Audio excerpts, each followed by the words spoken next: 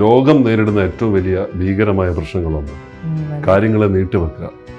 ഐശ്വര്യ പറഞ്ഞ പോലെ ഇന്നാവട്ടെ നാളെ ആവട്ടെ ചില കാര്യങ്ങൾ നീട്ടിവെക്കുക എന്ന് പറയുന്നത് ജീവിതത്തിൽ മൊത്തം കാര്യങ്ങൾ നീട്ടിവെക്കുക.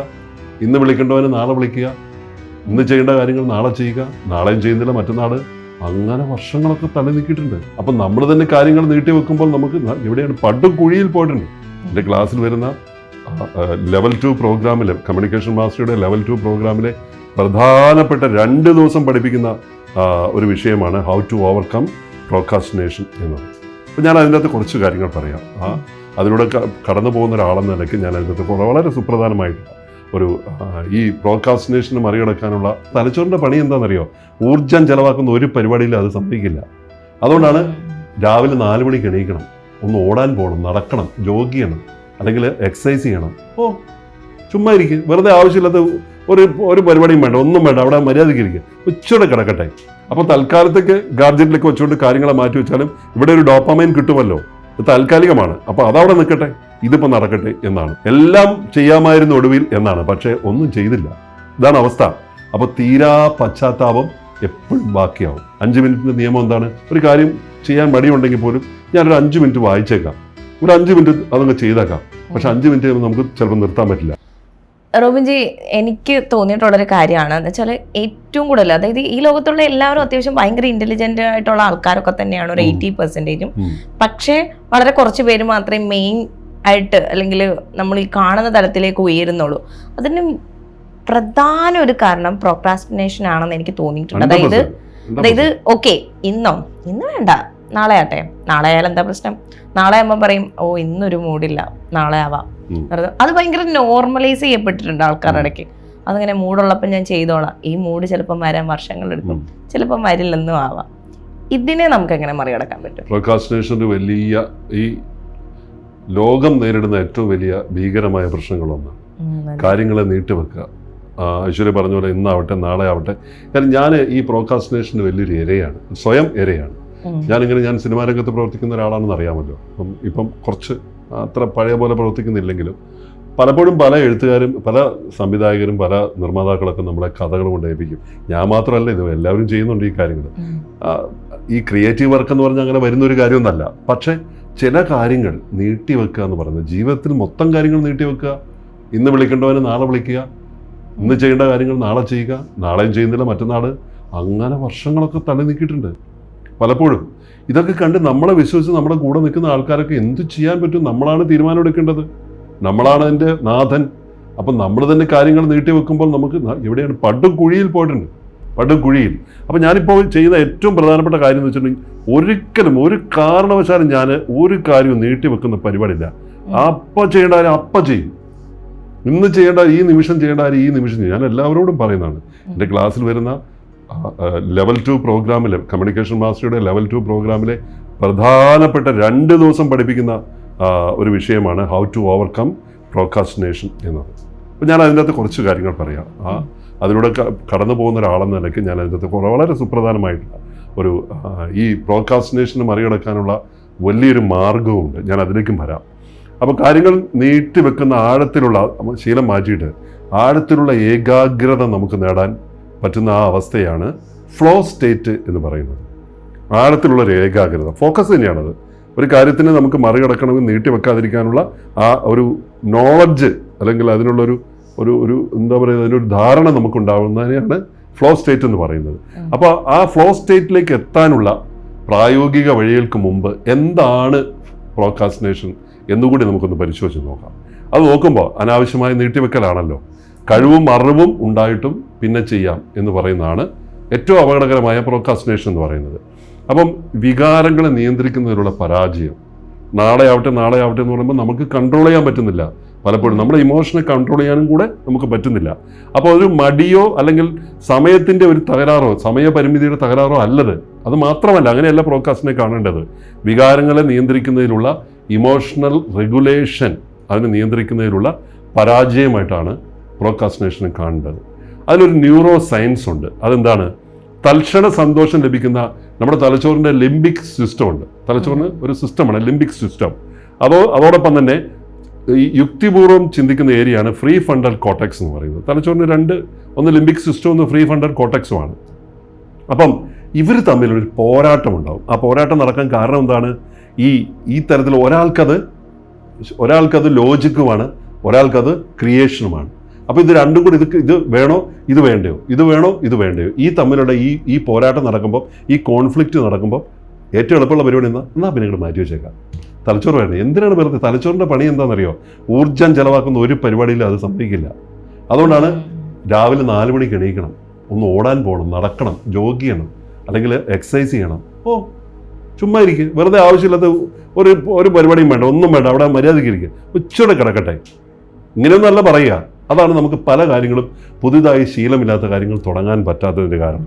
അപ്പോൾ ഇവിടെ ഈ ന്യൂറോ സയൻസ് വർക്ക് ചെയ്യുന്നത് ഈ ലിംബിക് സിസ്റ്റവും, യുക്തിപൂർവ്വം ചിന്തിക്കുന്ന ഈ ലിംബിക് സിസ്റ്റവും നമ്മുടെ ഈ തൽക്ഷണ സന്തോഷം നൽകുന്ന ഫ്രീ ഫ്രണ്ടൽ കോർട്ടക്സും തമ്മിലുള്ള ഒരു കോൺഫ്ലിക്റ്റ് ഉണ്ടാകുന്നുണ്ട്. അപ്പോൾ ഇതുണ്ടാക്കുന്ന മാനസിക സമ്മർദ്ദം ഉണ്ടാക്കും. ആത്മവിശ്വാസവും സ്വയം മതിപ്പും തകർത്തുകൊണ്ട് ഇത് മാനസിക സമ്മർദ്ദം കൂട്ടാൻ കാരണമാകും. ഏത് കാര്യങ്ങൾ നീട്ടിവെക്കുന്ന സമയത്തായി പറയുന്നത്. അപ്പം എന്തുകൊണ്ടാണ് നമ്മൾ ജോലികൾ ഇങ്ങനെ നീട്ടിവെക്കുന്നതെന്ന് ചോദിച്ചാൽ, സ്വയം ഒരു പ്രതിരോധം തീർക്കുകയാണ്. അസ്വസ്ഥതകളിൽ നിന്നും സമ്മർദ്ദങ്ങളിൽ നിന്നും രക്ഷപ്പെടാൻ മനസ്സ് കണ്ടുപിടിക്കുന്ന ഒരു വഴിയാണ്, ഒരു കുറുക്ക് വഴിയാണിത്. എന്നാൽ പിന്നെ നാളെ ആവട്ടെ, ഇതാണ് കാര്യം.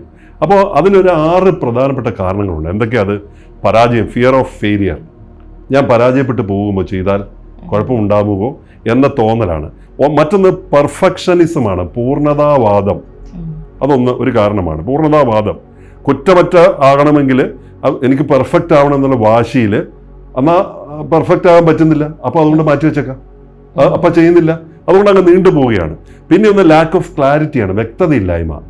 എവിടെ തുടങ്ങണം എന്നതിനെക്കുറിച്ചുള്ള മൊത്തം എവിടെ അവസാനിപ്പിക്കണം, ആശയക്കുഴപ്പം കൊണ്ട് എന്താ സംഭവിക്കുക? എന്നാൽ പിന്നെ അത് മാറ്റി വെച്ചേക്കാം, അത് ചെയ്യുന്നില്ല, അത്രയേ ഉള്ളൂ. മൊത്തത്തിൽ ആ ഒരു കൺഫ്യൂഷൻ, അതിപ്പോൾ ഞാൻ ചെയ്യുന്നില്ല എന്ന് തീരുമാനിച്ചു എന്നാ പറയുക. അതോടൊപ്പം തന്നെ ഈ മറ്റൊരു കാര്യം എന്ന് വെച്ചാൽ ഡിജിറ്റൽ ട്രാപ്പുകളുണ്ട്. നമ്മൾ ഈ ആധുനിക ലോകത്ത് ഒത്തിരി ഡിജിറ്റൽ ട്രാപ്സ് ഉണ്ട്. അത് തൽക്ഷണം ഇത് തരുന്ന ഡോപ്പാമൈൻ നമുക്ക് തരും. നമുക്കൊരു ഗാഡ്ജറ്റ് ഉപയോഗിക്കുമ്പോൾ, നമ്മളൊരു വീഡിയോ കാണുമ്പോൾ, അതല്ലെങ്കിൽ ഗാഡ്ജറ്റിൻ്റെ ഉള്ളിലിരുന്നുകൊണ്ട് ഇൻ്റർനെറ്റിൻ്റെ ലോകത്ത് നമ്മൾ എന്തെങ്കിലും പരതുമ്പോൾ, അത് കാണുന്ന സമയത്തൊക്കെ, യൂട്യൂബ് കാണുമ്പോൾ മറ്റൊക്കെ തൽക്ഷണ മോട്ടിവേഷൻ എന്നൊക്കെ പറയുന്നതിനകത്ത് ഒരു ഡോപ്പാമൈൻ തരുന്നുണ്ട്, ഒരു ഡോപ്പാമൈൻ റിവാർഡ് നമുക്ക് ലഭിക്കുന്നുണ്ട്. അപ്പോൾ അതാണ് പ്രധാനമായിട്ടും നമ്മൾ നോക്കുന്നത്. അപ്പോൾ തൽക്കാലത്തേക്ക് ഗാഡ്ജറ്റിലേക്ക് വെച്ചുകൊണ്ട് കാര്യങ്ങളെ മാറ്റി വെച്ചാലും ഇവിടെ ഒരു ഡോപ്പാമൈൻ കിട്ടുമല്ലോ, ഇത് താൽക്കാലികമാണ്. അപ്പോൾ അതവിടെ നിൽക്കട്ടെ, ഇതിപ്പോൾ നടക്കട്ടെ എന്നാണ്. അപ്പോൾ ഇങ്ങനെ തന്നെ ഈ സ്ക്രോളിംഗ് നടന്നുകൊണ്ടേയിരിക്കും. ഈ റീൽ എന്ന് പറയുന്നത് റിയൽ ലൈഫല്ല, റിയൽ ലൈഫായിട്ട് മാറുകയും ചെയ്യും. പിന്നെ പ്രചോദനത്തിനായിട്ടുള്ള കാത്തിരിപ്പാണ്. ഒരു മൂഡ് വരട്ടെ എന്നിട്ട് ചെയ്യാം. അതാണ്, ഒരു മൂഡ് വരട്ടെ, ഇപ്പോൾ ഒരു മൂഡില്ല, പിന്നെ ചെയ്യാം. ഇതാണ് ഒരു കാരണം എന്ന് പറയുന്നത്. അപ്പം അമിതമായിട്ടുള്ള ഭാരം വരും, കൊഗ്നിറ്റീവ് ഓവർലോഡ്. തലച്ചോറിൻ്റെ വലിയ ജോലികൾ കണ്ട് മനസ്സ് ഭയപ്പെടും. ഇത് വലിയ പരിപാടിയാണല്ലോ, ഇത്രയൊന്നും എനിക്ക് ചെയ്യാൻ പറ്റില്ല. ഞാൻ നേരത്തെ പറഞ്ഞില്ലേ, തലച്ചോറിനൊരു പരിപാടിയുണ്ട്, അത് അനങ്ങാതിരിക്കാനാണ് പറയുക. അതിന് ഊർജ്ജം സംഭരിക്കണം, മറ്റ് അത്യാവശ്യ കാര്യങ്ങൾക്ക് വേണ്ടി ഓടാനും ചാടാനും പെട്ടെന്ന് രക്ഷപ്പെടാനും ഒക്കെ ആയിട്ടുള്ള അർജൻറ്റ് കാര്യങ്ങൾക്ക് വേണ്ടി തലച്ചോറിന് ഊർജ്ജം വേണ്ടേ? അപ്പോൾ അതിനുവേണ്ടി അത് സേവ് ചെയ്ത് വെച്ചിരിക്കുക. അപ്പോൾ അതുകൊണ്ട് റെസ്റ്റ് എടുക്കാൻ വേണ്ടി പറയും. ഇത് ഉണ്ടാക്കുന്നത് ഒരു വിഷ്യ സർക്കിളാണ്. എന്താണ് വിഷ്യ സൈക്കിൾ എന്ന് പറയുന്നത്? ഒരു വിഷചക്രം എന്ന് പറയാം. അവിടെ മാറ്റിവെക്കൽ എന്നത് താൽക്കാലികമായ ഒരു ആശ്വാസമാകുന്നു, പിന്നീട് അത് കുറ്റബോധവും ഉത്കണ്ഠയും സൃഷ്ടിക്കുന്നു, വീണ്ടും അത് നീട്ടിവെക്കപ്പെടുന്നു. ഇങ്ങനെ ഒരു ചെയിൻ ഓഫ് കാര്യങ്ങളായിട്ട് പോവുകയാണ്. അപ്പോൾ പ്രോക്രാസ്റ്റിനേഷന് വലിയ വില നമ്മൾ കൊടുക്കേണ്ടി വരും. ഇത് കാണാൻ പറ്റാത്ത വിലയാണ്. എന്താണ്? സമയനഷ്ടം. ഒന്ന് വലിയ സമയനഷ്ടമാണ്. ഒന്ന് സെൽഫ് എഫിക്കസിയുടെ ചോർച്ചയുണ്ട്. എനിക്കൊന്നും ചെയ്യാൻ കഴിയില്ല എന്ന് പറയുന്നതാണ് എഫിക്കസി എന്ന് പറയുന്നത്. അപ്പോൾ അതിന് ചോർച്ച നടന്നുകൊണ്ടിരിക്കും. വിനാശകരമായൊരു ബോധമാണ് നമ്മുടെ ഉള്ളിൽ അത് നിറയ്ക്കുക. ഒന്ന് സൈഗാർണിക് ഇഫക്റ്റ് എന്ന് പറയുന്നൊരു കാര്യമുണ്ട്. പൂർത്തിയാകാത്ത ജോലികൾ തലച്ചോറിന് തുടർച്ചയായ മാനസിക അസ്വസ്ഥത നൽകും. അതിനാണ് സൈഗാർണിക് എഫക്റ്റ് എന്ന് പറയുന്നത്. ഒരു കാര്യം കംപ്ലീറ്റ് ചെയ്തിട്ടില്ലെങ്കിൽ നമുക്ക് ഭയങ്കര ടെൻഷൻ ഉണ്ടാകും. തലച്ചോറ് അത് ഇങ്ങനെ അസ്വസ്ഥതകൾ തന്നുകൊണ്ടിരിക്കും. അതോടൊപ്പം തന്നെ കരിയർ ബന്ധങ്ങളിലൊക്കെ വലിയ തകർച്ച ഉണ്ടാവും. നമ്മുടെ സ്വപ്നങ്ങൾ അകന്നു പോകും.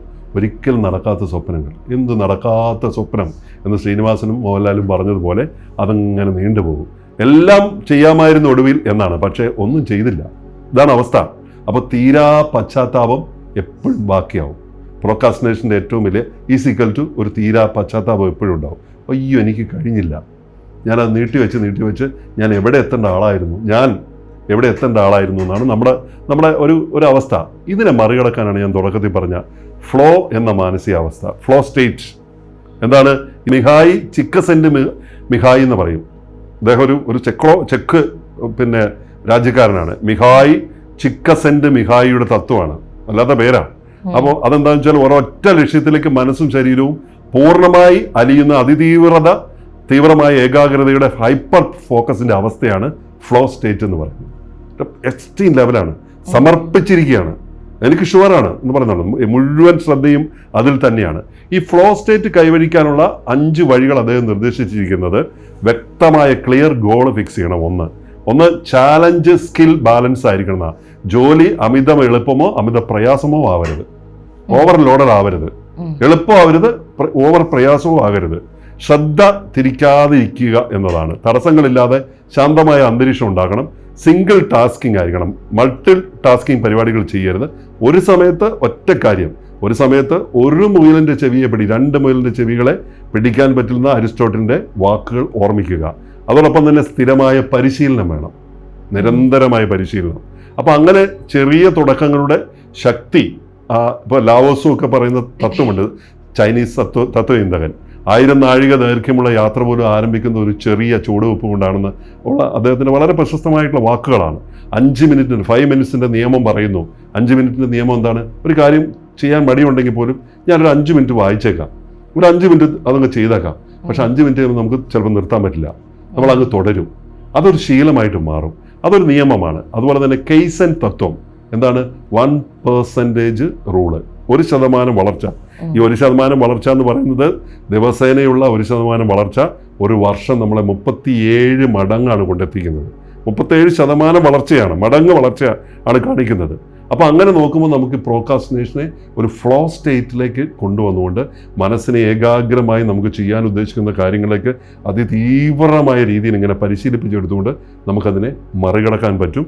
അത് നൽകുന്ന പ്രധാനപ്പെട്ട സന്ദേശം എന്താണെന്ന് വെച്ചാൽ പൂർണ്ണതയല്ല, പെർഫെക്ഷനിസം അല്ല നമുക്ക് വേണ്ടത്.